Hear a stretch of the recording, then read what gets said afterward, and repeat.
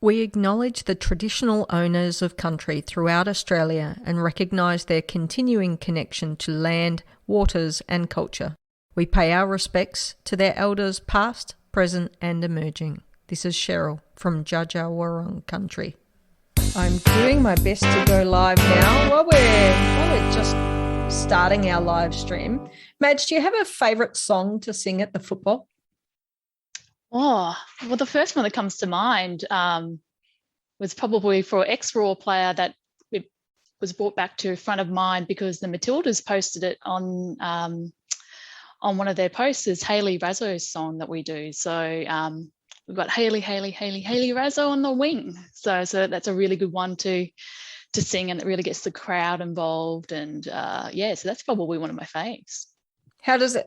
Maybe you'll sing the whole thing for us. Welcome, everyone, to episode 73 of the Beyond 90 podcast. My name is Cheryl Downs. My pronouns are she, her.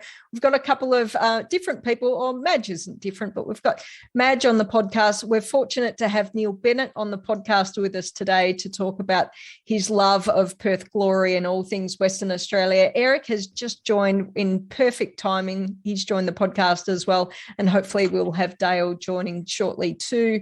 Dale, no doubt, would love to talk about the FA Cup results. But for the moment, just after having our Hayley Razzo song, let's talk about our first segment of the week, which is always history-based. So cap number 73, aligning with episode number 73, Claire Nichols. I don't know if anyone remembers Claire, but she debuted in 1994. So we already talked last podcast about how we had a gap between 1991 and 1994, where we had no new debutantes. So really good to see a couple coming through from 1994. She's actually the youngest person to ever play for Australia, man or woman or man, which when we think about the youngsters that we've had out there, and certainly some of the younger players that we have now, to think that someone was just 14 years, 160 days old, and she debuted between the sticks as a goalkeeper for the Matildas in 1994, but that was, and when I talk about she debuted in 94 versus 89, one was an A international and one was not, and that's why you might get confused. Claire went on to play 30 games for the Matildas, including 19 A internationals. I think she got to a point where she was injured reasonably unhappily and doesn't play football anymore, to the best of my knowledge. But congratulations, Claire Nichols, something to be proud of, 30 games for the Matildas. The first A international is 94, all right? Yes, that's correct. Yes. Her first Matildas match was 89, but then, doesn't count on some of the stats until then. Anyway, sorry if I've confused anyone. Let's talk about more confusing things. The Matildas played game one of their international double against the USA on Saturday last week or something. They lost 3-0. It was more of a 1-0 kind of decision in my mind, but they went on to another match on Tuesday evening against the US in Newcastle. Different result, different game, a 1-1 draw. Eric, I'm assuming that you were at the game. Do you want to give us a bit of a rundown of that one? I think it would have been nice if they'd realised the game had started before the US had scored. Then it was a kind of an interesting game. And really, I think obviously we're going to talk about Claire Wheeler at the end, but I don't know, it was kind of an odd performance by the Matildas, and certain things like Tamika Yalp at left back was unexpected, at least from my point of view. And they potentially were a bit lucky not to be more goals down. They were definitely lucky with the Kaya Simon late equaliser, but that's the way it goes. And, it's the kind of game that will provide plenty more for Tony Gustafsson to think about, in addition to all the stuff he already has to think about. Yeah, totally agree, Eric. I got to work the next day, and people were, who were just sort of casual fans were coming up and saying, "Oh, the Matildas did better last night," and I'm like, "Well, I actually think they played better in the 3-0 loss than in the 1-1 draw." So it was a bit of an odd one, and I agree with the Tamika at left back. It was a bit odd, especially when there were some other options there on the bench that could have gotten a run. Yeah, I Neil? think, I agree. I thought the first game, first half in particular, they were much, much better. But it just highlights once again, and it's been talked about ad infinitum, just how lacking in depth we are for defensive cover. Certainly the centre-back pairings, that needs to be sorted out really quickly. But I think it's a little further up the field that the problem lies. I just don't think they're getting any cover from midfield. And this may sound like a little bit of an unpopular opinion, but Ellie Carpenter seems to have lost the plot in terms of her defensive duties. She is just bombing on that many times. And it was noticeable in the second game that the Americans were pinging the space in behind her every time she went forward. If they got the transition ball, they got in behind her very, very quickly. And as great an athlete as she is, she was caught too far up the field, I thought, on a number of occasions. And centre-back pairings getting dragged over onto that side. And then they were whipping the ball across onto the other side, onto the other fullback, and they were getting a great deal of joy out of that. So is she playing in the right position? Should be playing as a true wing-back and playing further up the field, because I think that there were some issues in that right-back area where she was just caught out so many times. But yeah, I think in front of the back four as well, there needs to be somebody. So Callum Knight was mentioned on a number of occasions during the commentary, and I think we do need a genuine holding midfielder, because Emily Van Egmond is not that. She's far too adventurous, and they did get caught out a few times, I felt. And the Americans, let's face it, they're the best in the world, just about. We're going to punish us. So, yeah, I agree. I think the first game on the Saturday was a much better performance. I'll jump in just quickly before Dale has his chance at thoughts from the ground as well. I'm assuming you're at the ground, but very much agree with, we keep pointing the finger at the defenders, or we keep pointing our finger at the defence specifically, but everyone has a job to defend. And that's why I do believe that it breaks down well before that it actually gets to those players. It's almost like saying a goalkeeper is responsible for a goal. They're not.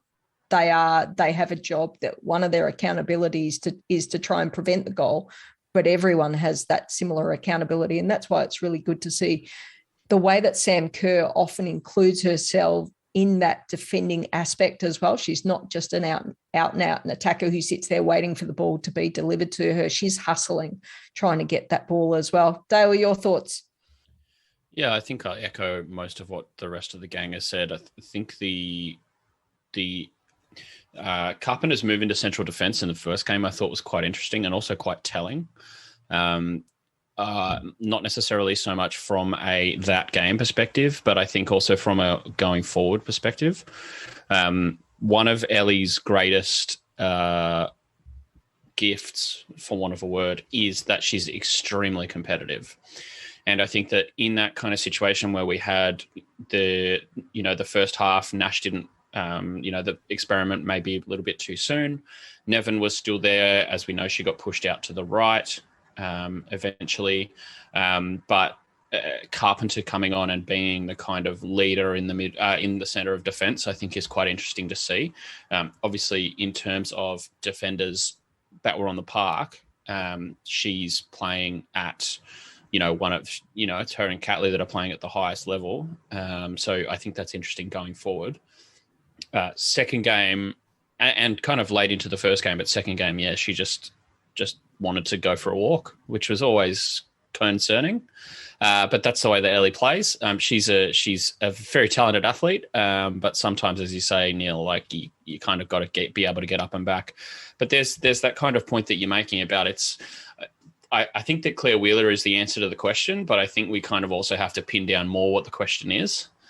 Because I don't necessarily think it's just about having one defensive midfielder. I think it's also that we're a little bit lost in terms of the kind of style of football that we want to play. The point of having the two wing backs being able to get up is that they can always pin down the wingers further down the field. But if we've got three forwards pinning down, a back four, for example, and then we're kind of pressing further and further forward, do we want to play that kind of game, or do we want to play this game that what it looks like is really that it's devolved into two sets of five players? Because that's the kind of vibe that I got in the first half, especially in the first game, was just kind of like 3 players at the front, two front midfielders. That was your 5, and then the back 5 were just kind of like running around and hoping that nothing went wrong. And I thought, as you guys said, that like in the first game that there were some really bright moments. I think that attacking wise in the first game, I think we were quite good. But I think, as I said, before you kind of figure out what the question is, you have to figure out what the answer is. You have to figure out what you're asking. So, but yeah, I mean, Claire Wheeler did get the tackle in the second game to win the ball for the equaliser. So. Talking about unpopular opinions, which Neil mentioned one before, I don't know if it was or not. I think with Ellie, I don't know what the instructions were from Tony, and maybe people at the ground could actually see if Tony was losing his mind about what Ellie was doing or not. I don't know. He may have told her to play that kind of game, and we're certainly not proposing that the Matildas sit back and just wait for the football to come to them. They sort of are a very attacking team. So I'm not sure.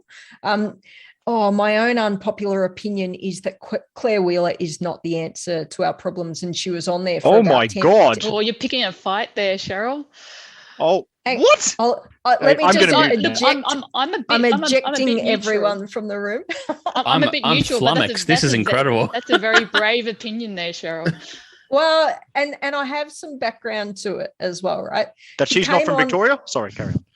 I think that's a fair point. Why not? If we're talking about eligibility criteria, being from Victoria has got to be one of the highest ones. Speaking of which, an article came out from Teo Pellizzeri today talking about the Victorian exodus, the first time in quite a long time that Victoria has actually been able to export any players whatsoever, because we were always just importing players. So absolutely happy to see that one there. But my point around Claire Wheeler was she was on the pitch for 10 minutes or something thereabouts. And I think it's not fair to the players who are out there really working hard for 80 minutes that, she came on at a pivotal time. She made an excellent tackle. Don't get me wrong, but it was Steph Catley was involved. Kaya Simon was involved. There was more going on than just her. In addition to which, during the week, we had a catch up. There was a round table conversation with Tony Gustafsson. Chatham House rules, so I'm at liberty to not say anything really. But to be fair, he didn't call Claire Wheeler out as the solution to the challenges that the Matildas have as well. But one of the things that has been known is that more people need to defend, more people need to make some of those tackles and getting around those contested balls as well. So maybe I'll just leave it there. I've insulted enough people. I'm not saying she's not the solution. I just don't want to oversimplify what Dale was saying, what the problem is. And we need to really understand what that is. Moving on, because I don't want anyone else to, have an opinion better than mine, but we've also got plenty to get through. All I heard was Paige Zoyce for Matildas. Is that what you're saying? Yeah. Cheryl is raving that the members no longer be heard. Victoria's own defensive midfielder. Gotcha. I think, let's add as many Victorians as we can. I like that this is sledging into geography now. In other important news beyond that, the World Cup match schedule was announced during the last week. Now, just for people who aren't entirely sure what happens when FIFA release the match schedule, you still don't know really what's going on. All you know is that Group A is going to play match 1 here, match 2 there, but you don't know who is, apart from New Zealand and Australia, because we know that they are A1 and B1. You don't know, or 1B and 1A, I'm not sure which way they call it.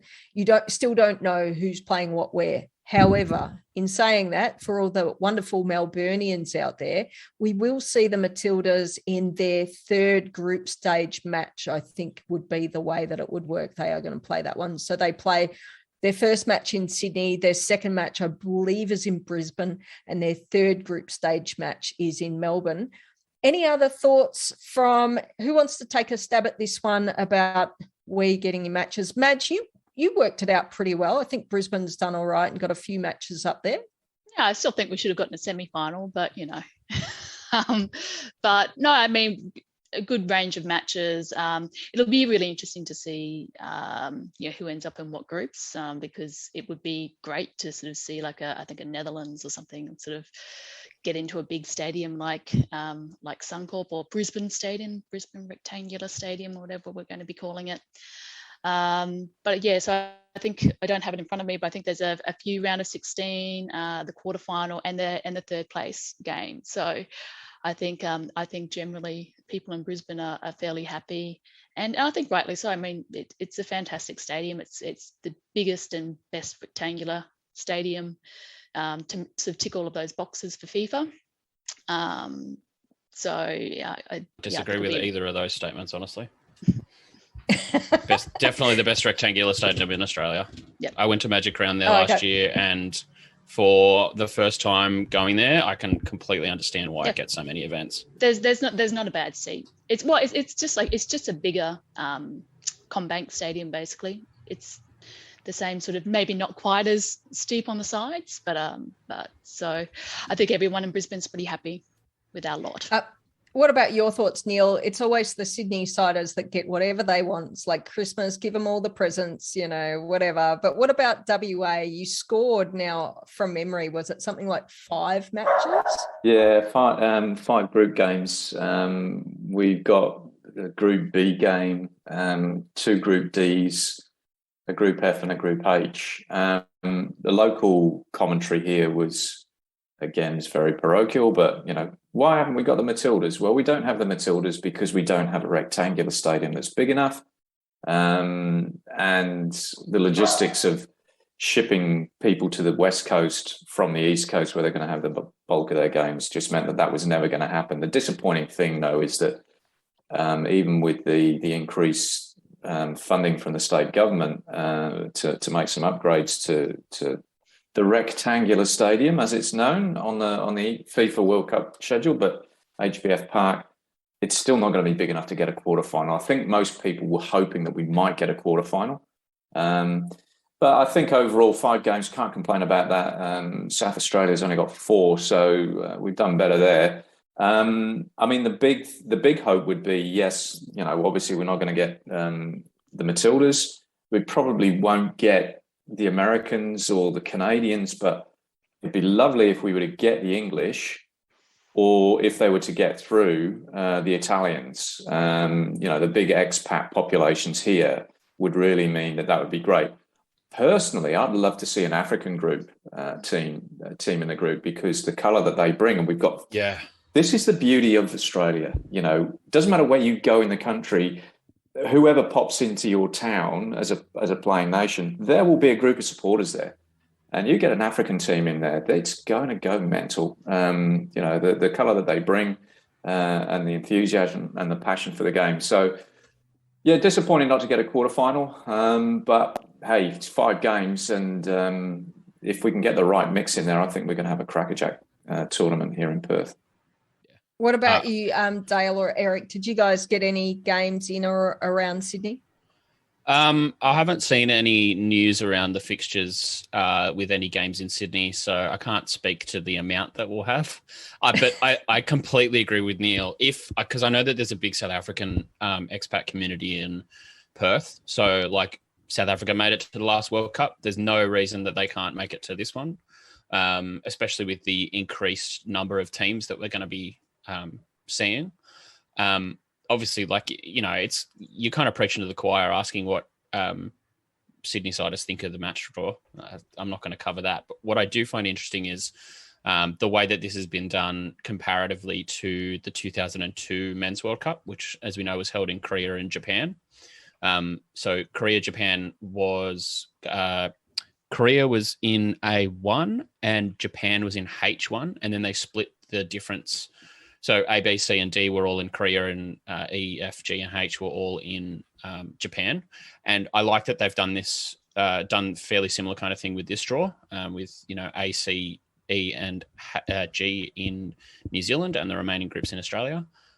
Also love that all the Australian names, countries or cities rather, are being referred to by their First Nations name, which I think is really progressive and really good news. Yeah, look, I'm surprised that Newcastle didn't get any games, honestly. I know that they weren't I know that they weren't necessarily preferred as a host provider, God, work talk, host city, but like that, again, another brilliant rectangular stadium. And in 6 or 8 months' time, when this new venue is completed in Sydney, I think, first of all, it will rival Lang Park, as we like to call it, in terms of actual match day experience. Will not rival the Caxton Street experience, unfortunately, for all concerned.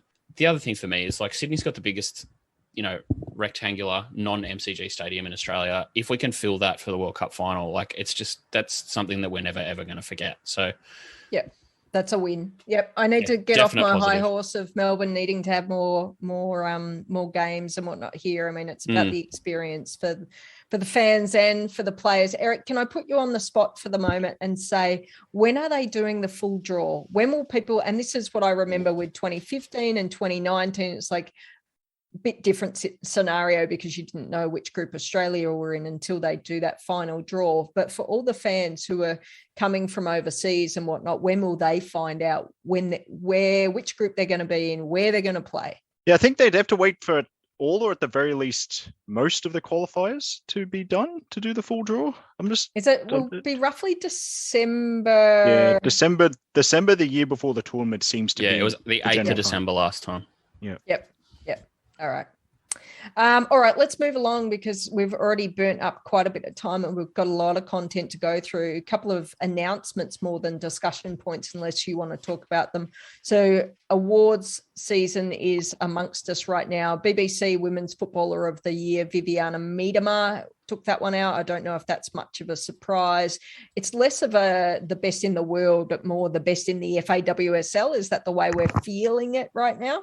Yeah, I think that's a fair reflection. And also we had the Ballon d'Or with the final four included. Sorry, I've not got them all listed down there, but the final four did include Sam Kerr. She placed third in those awards, with the overall award going to Alexia Putellas, who won, and a very deserving winner, I think, as well. Her football's been electric and love to see it. So congratulations to Sam for getting that far. I'm not sure. I mean, she had a good season.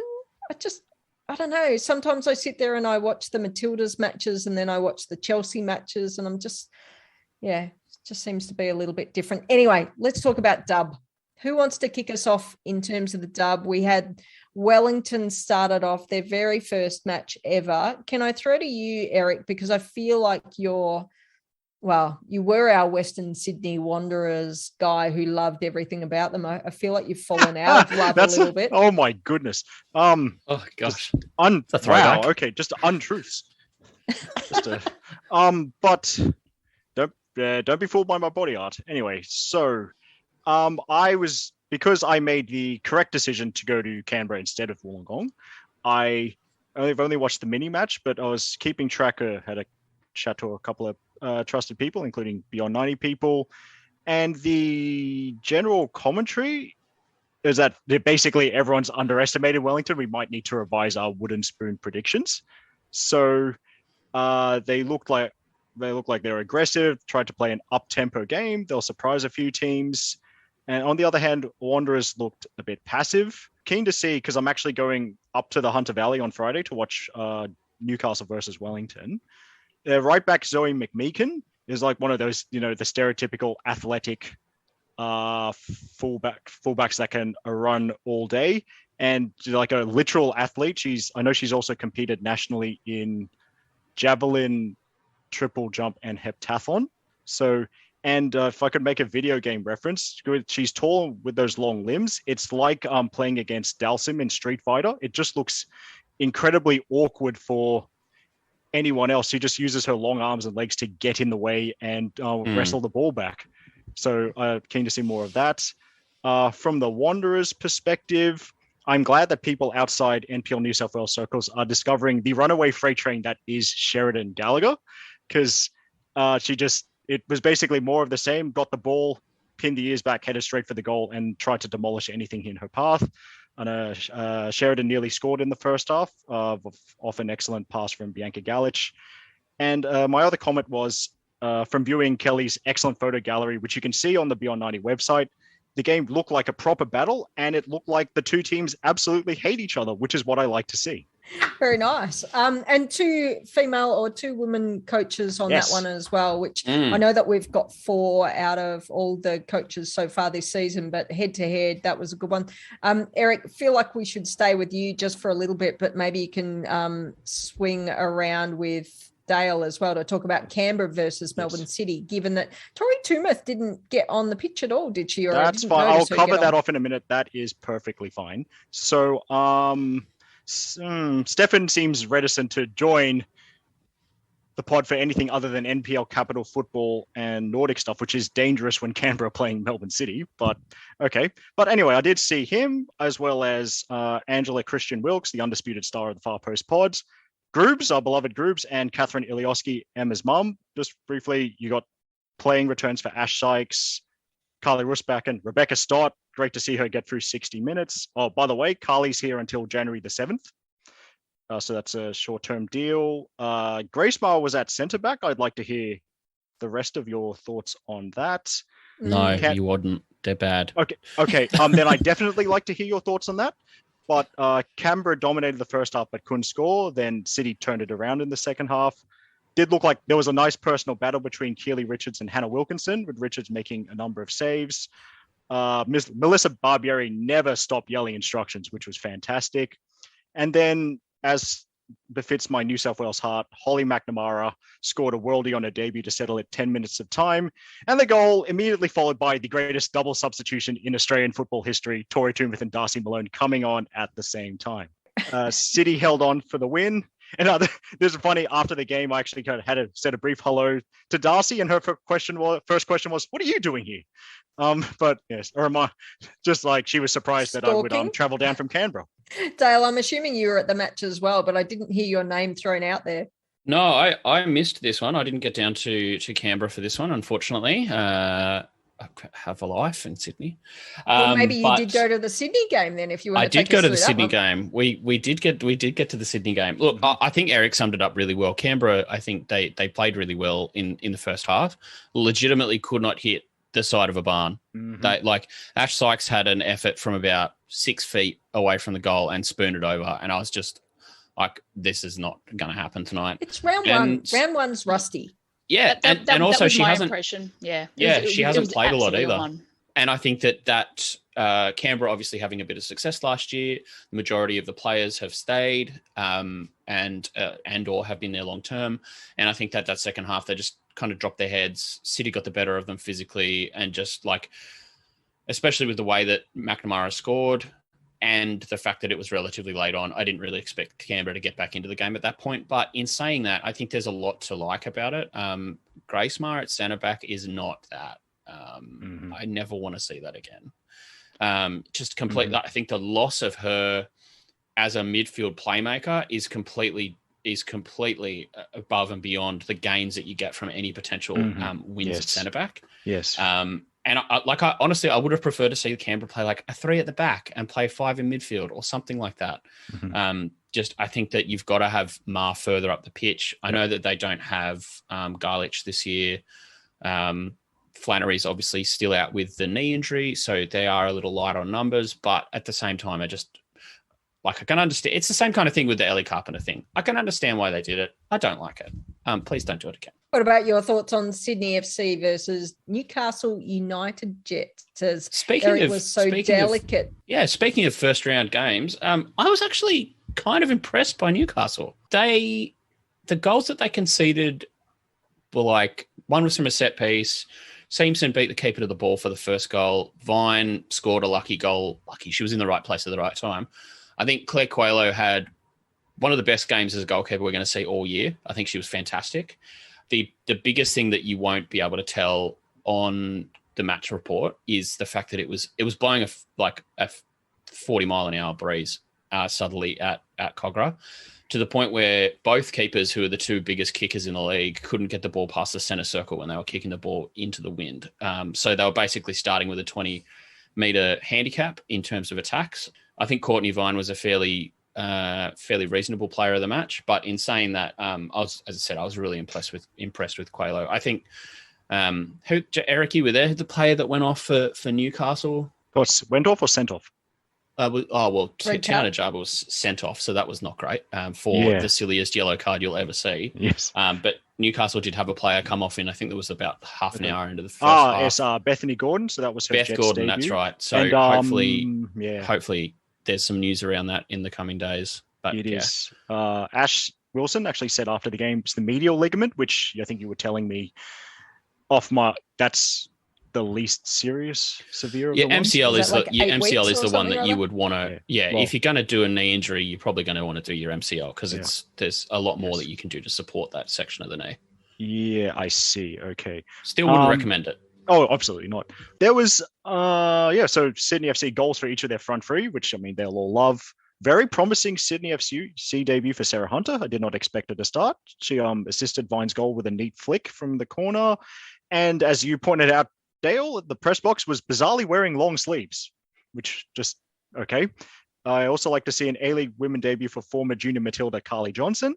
That was nice. And then speaking of debuts for the Jets, loved seeing Kirsty Fenton make her A-League women debut from the start of the game. She's been excellent for the Jets Academy over the last 2 years. Was kind of out of position at left back, but did great. Pulled off some beautifully timed tackles. And fun fact, Kirsty Fenton made her NPL first grade debut when she was 13 years old. Lauren Allen, another player I'm a big fan of. Nice goal for the Jets with her typical hustle. And that's pretty much it, I think. I didn't have any other major thoughts on the game. I'm going to leave it to Neil and probably Madge just to take it away for their discussion around Perth Glory versus Brisbane Roar. Take it away. What a game. Yes. Yeah, you go first, Madge. Yeah. It's just going to be sad moaning over here. No, but actually a lot of really good things to take away for the Roar. I guess I had some question marks about their chemistry and I was pleasantly surprised with they've obviously been training and drilling pretty well. So I was quite impressed with the connections they were making in a pretty frantic first half. So I'm sure Neil's probably got some thoughts on the way the ball was peeing around in that first half, but was really impressed with I thought Norrie would be a really important player for the Roar this season. She was great in midfield, sort of really controlling the show there, and I'm really happy for Anna McGrath getting her debut goal for in the top flight in the A-League Women's or W League career, because she did have a howler like back when she was a few seasons ago. That was one of those how did you miss that goal. So it's really great to see her be able to get that little tap in,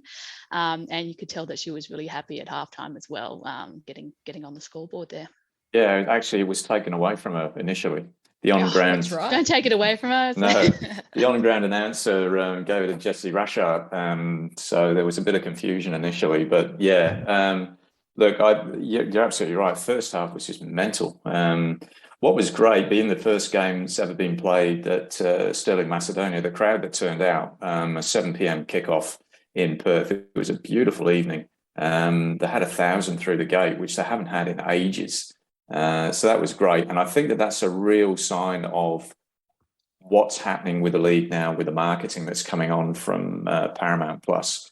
They plugged it a lot. The local press here, there's only one newspaper in WA, that's the West Australian. They last season decided to start giving football a bit more coverage, and that's proving to have dividends. And Channel 10 locally as well ran a great feature on the W League. I keep saying that, on the A-League women on Tuesday. And I think all of that promotion helped to get the crowd through the ground, because definitely last season's performance, you wouldn't have expected that. Perth, it was a strange one. I think they came out absolutely red hot. The first 10 minutes, you couldn't catch your breath. Devanna on the left and Gemma Crane through the middle were an absolute nightmare for the centre-backs. Didn't give anybody on the ball a chance to rest. But that was it. It was just huff and puff. And once the goal went in, Brisbane really got the foot on the ball. And you're right, Madge, I think that Norrie's growth during the game became more and more evident. And her and Hecka just getting off the clever balls back from Crummer. Crummer was superb, I thought. That was the big difference between the two teams. When Perth went forward, they kept going forward. there was no check back, go out and go the other side. It just ran on until they ran out of pitch. Whereas Brisbane were much more methodical. If it wasn't going to go, they were going to hold it back, knock it around. And the midfield of Brisbane completely dominated Perth. The Danish player who's only just come in and out of quarantine, she didn't even get a look on the bench. Mileth Jans, I think she's going to be a big player, I think, for them, because they do need somebody to put their foot on the ball. Hannah Lowry was very, very disappointing. She was hardly in the game at all, and seemed to not really know where she should be playing. And it has to be said, they were incredibly fortunate. The 2 goals came about because they basically refused to give up, especially Gemma Crane. She put them under pressure to win the ball back and then just kept going on in the 88th minute. And then out of nowhere, Fon Songham managed to squeeze it in. And then the second goal was just a nightmare for poor old Georgie Worth in goals. But again, it came about from the pressure that was applied. And a big shout out to Morgan Aquino in goal. She kept them in it. And Kim Carroll. There are not many better centre-backs in the country, I don't think. We have the pleasure of seeing her week in, week out playing at Northern Redbacks, and she's just absolutely superb. She's on the top of the game, and she was never caught out. She had a handsful with Crummer, but she had a great game, and definitely Morgan Aquino for Perth was the player of the match. Yeah, Morgan was absolutely player of the match. So we saw her pulling out some of those saves for us last season. So it's from a personal point of view, it's great to see Morgan kick on and hopefully secure that number 1 keeper spot in Perth. Probably the other point there around the midfield is I think it was actually one of those points where I think when Gorry came on, she maybe was a little bit rusty, and I think there were a few balls that sort of went a bit awry, or some attacking passes that didn't come off, and sort of that let that enthusiasm of Perth get back into the game as well. So a little bit of that, hoping the Roar can maybe be a little bit more mature with that game management at the end of the game. The Perth crowd were up and about, and maybe they just also let that get to them a little bit as well. So I just really hope that Georgie Worth can also bounce back, because we did see a lot of recycling through the keeper. So it's obviously going to be a big part of the Roar's approach this season, to sort of keep going back to the keeper and work out from the back. So it's something that you definitely don't want Georgie sort of losing confidence in sort of playing the ball at her feet. So but some really good signs for both teams, I think, actually. So it'll be interesting to see how they both kick on. Yeah, definitely. I mean, Alex did allude to it. He felt they were fortunate at the end of the game, but he said it was a typical round 1 game, and it's a start. But a big shout out to Katrina Gorry. I mean, the word on the street was that she was a very, very late replacement. Like, she flew out that day. Yeah, we weren't expecting her to suit up. Yeah, not quite sure what happened, but somebody couldn't make it, and she got the late call to come in. And then 3 months after giving birth, it was an amazing achievement. So I'm going to get an early shout in for a Queen of the Week. She'll get that one for me. Oh, nice work. I like an early shout for a Queen of the Week. Madge, just on your point as well around game management, I think that's something that Adelaide United probably have suffered from for so many seasons. They've been almost there, but just not quite there. So really good shout out. Talking about the last match of the round, which was between Melbourne Victory and Adelaide United, it probably wasn't game management this time around for them. They actually had a hefty loss at the hands of last season's champions. Melbourne Victory actually did a pretty good job in my mind. Big loss for them at the moment. Kayla Morrison went down with a knee injury. I don't know if anyone's seen anything on social so far, but that is definitely a big loss for them. Their captain, so strong and so sad to see her not there at the moment. But Leah Privatelli scored a brace for them. I think she played pretty well. I think Leah has got some great pace. She was in the right spot. Adelaide probably didn't do the right things. Kayla Morrison was lucky enough to get a goal. That was great. Claudia Bunge also got a goal, so a couple of defenders getting one. And then Catherine Zimmerman, who we had on the podcast just a couple of weeks ago, was able to score as well. So a 5-1 victory for Melbourne Victory over Adelaide United. Fiona Wirtz was able to score for Adelaide United, puts them at the bottom of the ladder with Melbourne Victory at the top of the ladder out, let's just stop the season now. That would be my shout out. But all our best thoughts go out to Kayla Morrison and anyone else who may have been injured in that opening match of the season. I think it was a pretty good round one. Dale, this is your opportunity to tell us all about the FA Cup final. I'm looking at your eyes and trying to work out if you look tired. Did you watch that match? I look tired all the time, Cheryl. That's par for the course. I didn't watch it live. I only caught the replay, but as we know, hang on, hold that thought. Did anyone watch it live? I'm fairly sure. Did Eric watch it live? No. I edited Ben's article, and therefore I know what happened. But yeah, so that's what I'm offering. I didn't watch. I've got one comment. Kerr nutmeg goal. Yeah. Oh yes, that was in the. Ooh. Oh man, Lotto Wobbenmoy, you'd hate to get retired at Wembley. Tough scene. As we know, Chelsea got a win 3-0 over the Arsenal in front of over 40,000 at the new Wembley. Just great to see. From what I saw. I'll be honest with you. Arsenal weren't really in the game.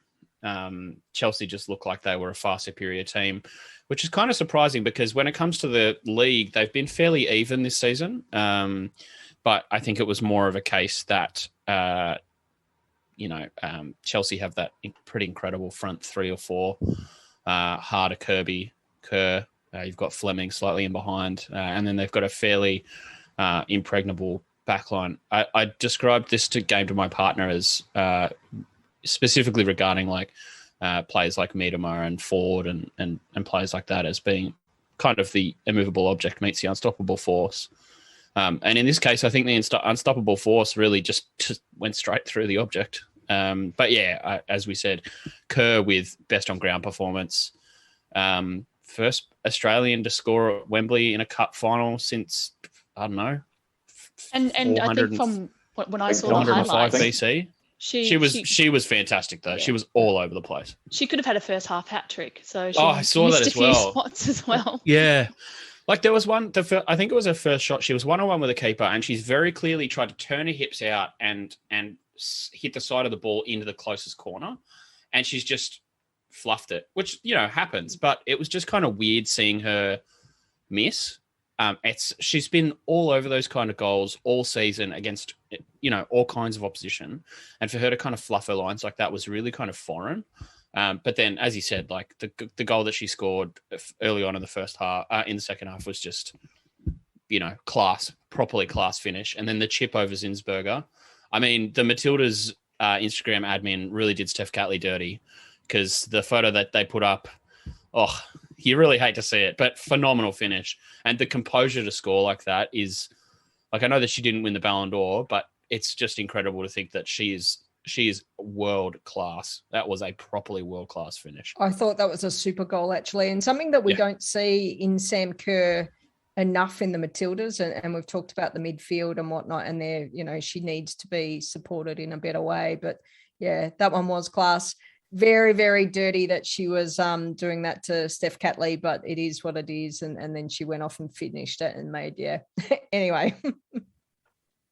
And after having come off a knock as well, because she looked very uncomfortable after Kerr's goal. After Kirby's goal, rather. She looked quite uncomfortable. She looked a little bit hobbled, took a little bit of time to get back into the match. And there was a comment when she missed that first opportunity that the commentator said, you'd think that a fully fit Sam Kerr would score that. Well, I mean, she would.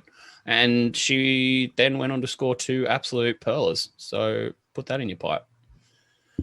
And another Australian connection in that Chelsea win as well was the assistant coach, Tanya Oxtoby. Yeah, Tanya Oxtoby. Yeah. Which is great. It's fantastic. Had her trials and tribulations towards the back end at Bristol City, but taking an early mark out from maternity leave and doing absolute gangbusters at Chelsea.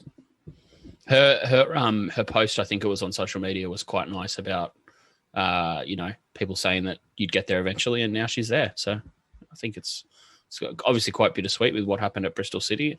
It's not that long ago that she had COVID as well. So big shout out to her. Not necessarily my Queen of the Week, but a big shout out, an honourable mention. Oh, very nice. In other news in football, we had the Continental Cup. Sounds like it was old news now, but Aston Villa was 7-0 victors over Sunderland. Emily Gilnick, I don't know how much, it was that long ago. I can't remember if Emily Gilnick played a part. For first 45 minutes. Okay, there you go. In the FA WSL, no matches this past weekend, obviously, because we've just had the FA Cup from last year. There's another one coming, don't worry, but the next round commences on the 11th of December, which by my mind would be Saturday. Just before we go, there was a big game in Scotland on the weekend. I just saw it on my Scottish League Cup. Yeah, and Jacinta Galabadarachi on the winning team. So the Celtic women beat Glasgow City, I think. Ooh. And Glasgow City are a female-only club playing in Champions League as well with a rented ground. There you go. But Jacinta, she was part of the winning team for Celtic. Well, we were going to win either way, I think, because we have Aoife Colville. What do you mean we? Because Aoife Colville plays for Ireland. Yeah, we can't have her. Yeah. Not anymore. She's off. I'm also going to claim ex-Brisbane Roar Liv Chance, New Zealand international, playing for Celtic as well. Good shout. We can't do that. All right, all of these people splitting hairs. But anyway, in France, Mary Faller's Montpellier had a 0-0 draw against Paris in Lyon, or not in Lyon, but Lyon defeated Fleury 4-0. Ellie probably wasn't there. That wasn't a while ago. She played first. No, did she? Ellie played the first half. Okay, there you go. Eric's done all his homework and I have not. In Italy, in Lazio, we still have Ella Mastrantonio there. They had a 1-0 victory over Hellas. Fiorentina had a 3-1 victory over Pomigliano, which is where Ivy Lewick is still playing. So, a bit of a mid-table space for Pomigliano. Lazio on the bottom of the ladder. And I think, Neil, you gave us some news on Lazio as well. Yeah, it's a little bit old, but I've been in contact with Ella, and being a Perth girl, keep a close eye on what she's up to. But she was telling me that things are going very, very badly wrong at Lazio, and in October, Carolina Maracci and Nicola Williams were both shown the door. So a new coach has come in, but players have left. 6 players have left already, one of whom is Izzy Folletta.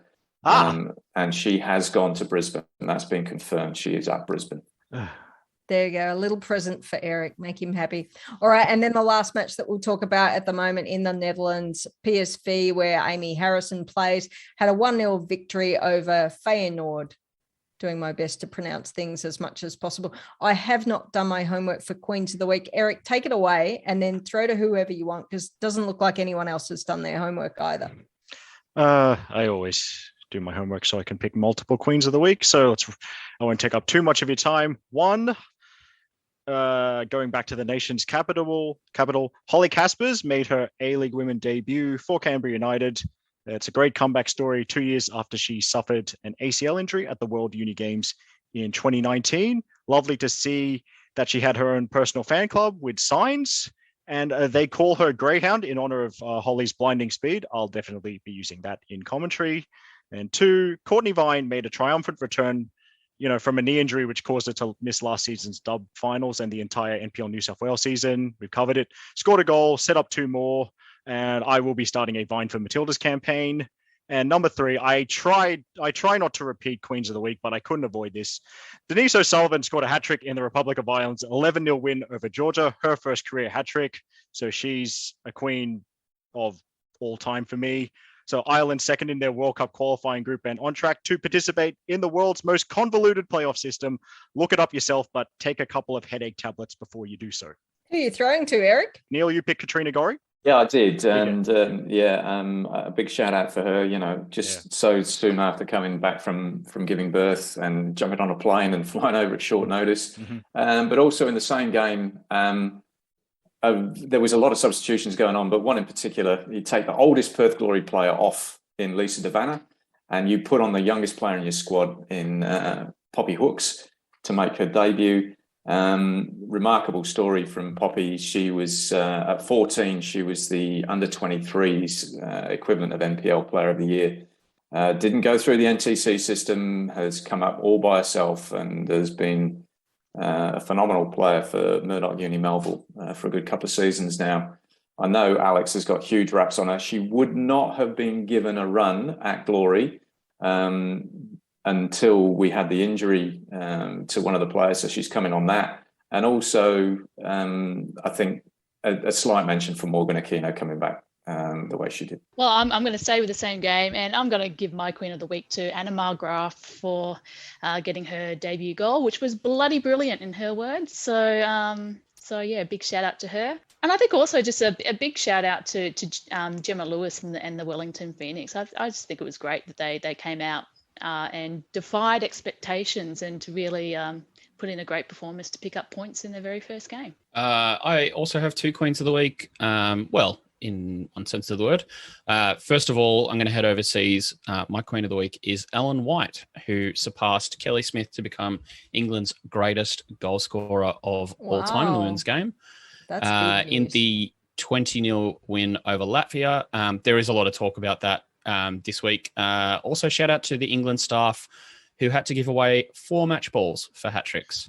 And my King of the Week is Alex Epakis for 2 reasons. Obviously, Perth got the win. Good to see the Perth get a dub after last year, but also for wearing white pants. It takes a brave man to wear white pants on a grass surface.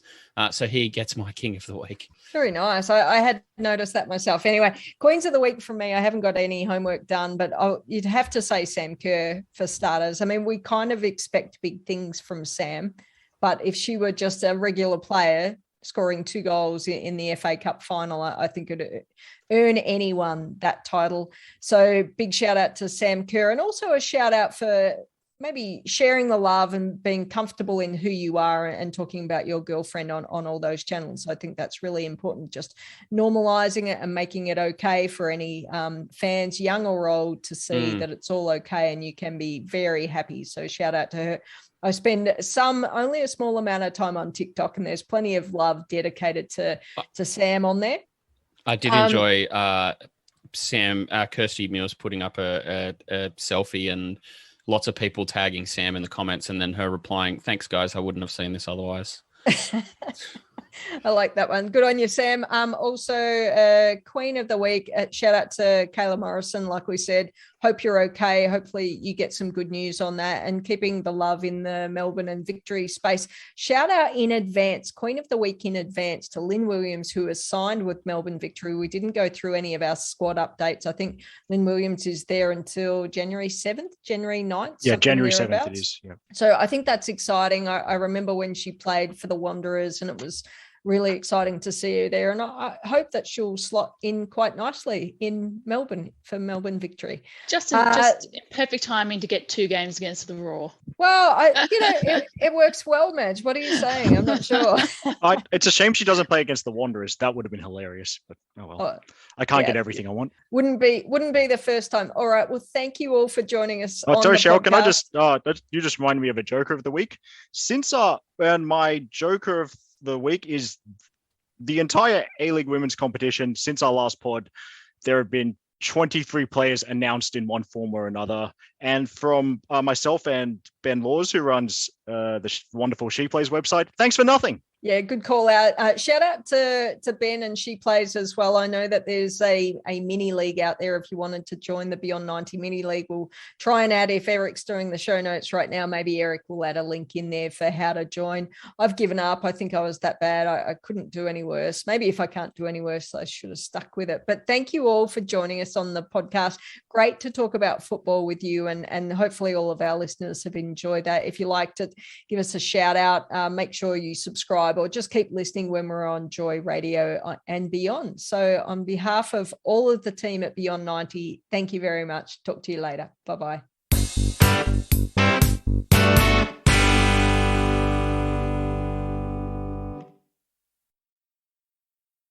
A game of 2 halves. Not particularly pleased with the second half. So we started well. I thought the first half was good. We didn't come out with the same intensity. They picked up their intensity and played a little bit better, and we didn't deal with that.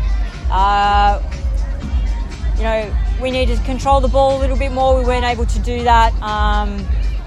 And then we copped a goal that, they'd been working towards, to be fair, but maybe a little bit disappointing how we copped the goal. Hard to take a loss, so it was probably effort worthy of at least a draw, and based on the whole 90 minutes. So it's kind of a little bit hard. First game up, we came in a little bit underdone, so I said to the players, can't fault their effort and what they put in. So really pleased with that. I love that Sykes is here. I think it's great. So she's obviously coming in a little bit underdone physically. So it was tough. It was tough for our front line. So it was good to have those replacements. And I thought Hayley and Holly came on and did a really good job. And then Lex just at the end to relieve pressure off Sykes. So it's really exciting. There's a lot of positives to take out of the game. At the moment, I think we'd be disappointed with that loss, but there's still a lot of positives to take out of it, and definitely good things that we can build on. Yeah, just to solidify the back line. She's actually played centre back for the young Matildas, so it's not a position she hasn't played, and she's left-footed. So it was just trying to utilise her and have a really strong back line and trying to get our best 11 players on the field. Yeah, personally, that's just so wonderful to see, I think, from football in general. But, yeah, I still have still check in with her every now and then. So, yeah, that's wonderful, good for her. She got 60 minutes, which was probably a surprise. She doesn't have a lot of... she obviously hasn't built up to full fitness yet, but just to see her play, she's been so courageous, so inspirational, and so positive in her fight over cancer, and just to see her in remission and back playing at this level. She's got more in her. She's a wonderful person and a great footballer. Someone I would always have in my team. I mean, this is the first time I've coached Carly. Obviously seen her play, first time I've coached her. She just came in off the Matildas camp, so she's only been with us a couple of days. So look forward to seeing her play some more and over the next few weeks. Yeah, it was so nice. Obviously 30 minutes, that's the most that I've done in a while. So just to get out there and get the legs ticking over again and to be in an actual game, it feels so nice, just refreshing, to be honest. Yeah, obviously I think the first half the girls did really well. We went out there, we created a few chances, probably should have put some away. Second half, got all credit to them, to be honest. They came out, I think, a lot harder than us. I think we were a little bit tired in the legs and gave them too much time and too much space, maybe a bit too much respect. So we're going to take what we can and learn from this game and move on into the next one. Yeah, it's so nice. I love being back home. I'm such a homebody, so it's really nice to be home and to be back in front of the fans again. It's unreal. I've really missed it. Yeah, I wouldn't say it was a while. It was actually a pretty quick and rushed decision. It happened over a couple of weeks. I had been thinking about it for quite some time and had been in with Vicki, because we have off season now in Norway, so it was the perfect amount of time to come back and get some games in and play with the girls. So it was pretty quick with how it all happened, but thinking wise, I had thought about it for a little while. Yeah, so I'm only signed as a guest player. So my club, I have to head back to my club in January. Yeah, definitely. I mean, I've missed this whole year playing. I haven't played a 90-minute game in a year, so I think this was the perfect time to come back and also play with the girls and play with Vicki. I've heard really great things about her from a few of the girls, so it was a really easy decision for me. I really wanted game time, and to come back and play here, I'm happy about it. Yeah, I think it's really exciting to see Ash put on the boots again. I mean, I always thought that she retired a little bit too soon, so it's great to see her back out there, and all credit to her. She did really well today, so I'm really proud of her. Yeah, well, I've played with Emma and Loz for quite a while now. Obviously, Ali, I've only came in on Wednesday, so I've only had a couple sessions with her. So, it does take time to gel with players and really get to know them. So I think we're going to work on it, and we're definitely going to build on it. But she had a really great game today, I thought, and I think that we can definitely build on from here. First half was a little worrying because we didn't capitalise on our chances, but I was really happy. The intensity was phenomenal. They played for each other big time, and to get 3 goals was nice. And of course we have to talk about Cortnee Vine. So Cortnee Vine, she's missed the whole NPL season. She's come back, it's like she never missed any time at all. Yeah, she would have been buzzing to play, which is great. And she killed it last year up until her injury, so it was a bit of a blow. But yeah, I think she's fresh now. She was excellent today again.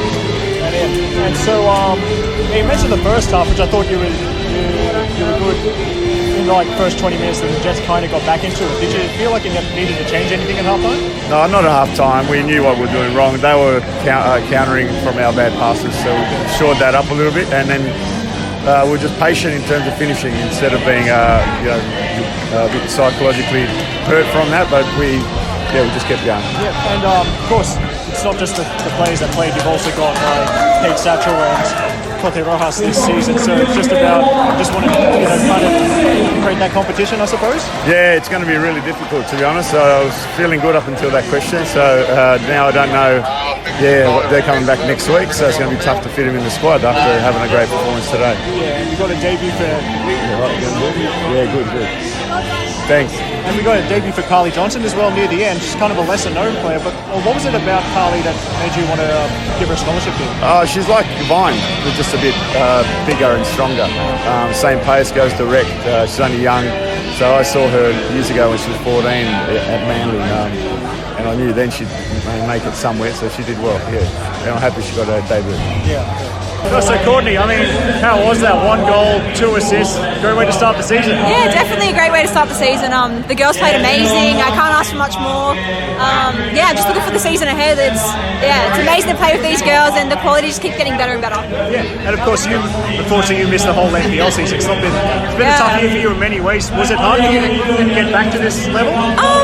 No, I think it worked out well for me, to be honest. Like with the COVID situation, gave me a bit extra time to get my knee right, and it's obviously paid off. I feel like I'm in a good place with it now, and And of course, the three of you, Brinny and Remy, it's just like last season. Like it's almost like you play for the same NPL club. So what does that feel like just to be on that kind of the front three? Yeah, no, it's amazing to play with those two girls. We all just know what each other like, what wavelength each other's on, and it's just so great. And it feels like I play with them all year round, to be honest, when I come back here. So I love playing with them, and I can't wait to keep playing with them. Yeah, and of course, you used to play for Newcastle. Is it different playing against the club you played for? No, I don't think so. I never had bad feelings when I leave a club, and I love all those Newcastle Jets girls. I experienced a lot with them, so I never feel bad versing them. It's always very neutral on the field. Yeah. Of course, there's been like 4 Matildas games here recently. Is that something you think about as a former youth international? Yeah, obviously it's always in the back of your head to try and make that Matilda squad, but at the end of the day, it's Tony's decision. I can only control what I can control. Maybe the early goal rattled us a little bit. To be honest, I think we were a little bit of a victim of our own self. We were defending our own mistakes, and that's not good enough. And you can see a team like Sydney, they'll take their first game. There won't be any nerves, anything like that. They'll go out and they'll dominate. And I think perhaps in the moment where we sort of turned it or lost that first goal, there was a patch where it was just not controlled, it was just not organised, and I think there was a little bit of panic stations, and then that led to a second goal. So I think in key moments we weren't good enough, and that's something for us to build on. That went off knee injury. What's the situation? Yeah, possible medial. So we're just looking at medial toe. I think a strain, but so obviously that she'll continue to get that monitored, and we'll reassess. And the 2 yellows, was that a fair sending off? Look, I'm not a ref, so I'm not going to make any comment on that. Obviously, don't put yourself in a position to get a second yellow is probably my my take on it, but at the end of the day, the refs will ref, and the players have to abide by how they govern the game. And Tiana's a tough player, and that's part of what she brings. So obviously it's not ideal for us, but again, we'll just regroup and move on. And Ash, some positives. Kirsty Fenton, obviously a player you know really well, but she was good out there at left back. Yeah, look, Kirsty's someone that's come up through the academy. She's someone that's in that sort of future Matildas framework. So for her to be able to go out and play a full game, first W League game coming out of the academy, I'm really proud of her. And we've known what a talent she has been for a long time, and it's great that she's managed to work so hard to get herself into this position. She's usually a centre back, so for her to take Gemma Simon's position while she's been injured is a real credit to the work that she's put in the off season and the pre-season. So I'm really happy with how she had her first game. And, how long is Gemma Simon out for? Oh, look, still, it's hard to tell. Still a couple of weeks, probably. And also Ashley Carpenter, she's back at the Jets after kind of dropping out of the league and playing in the local comp, but that must be pleasing as well. Yeah, look, Ash went away from this level and matured a lot as a footballer.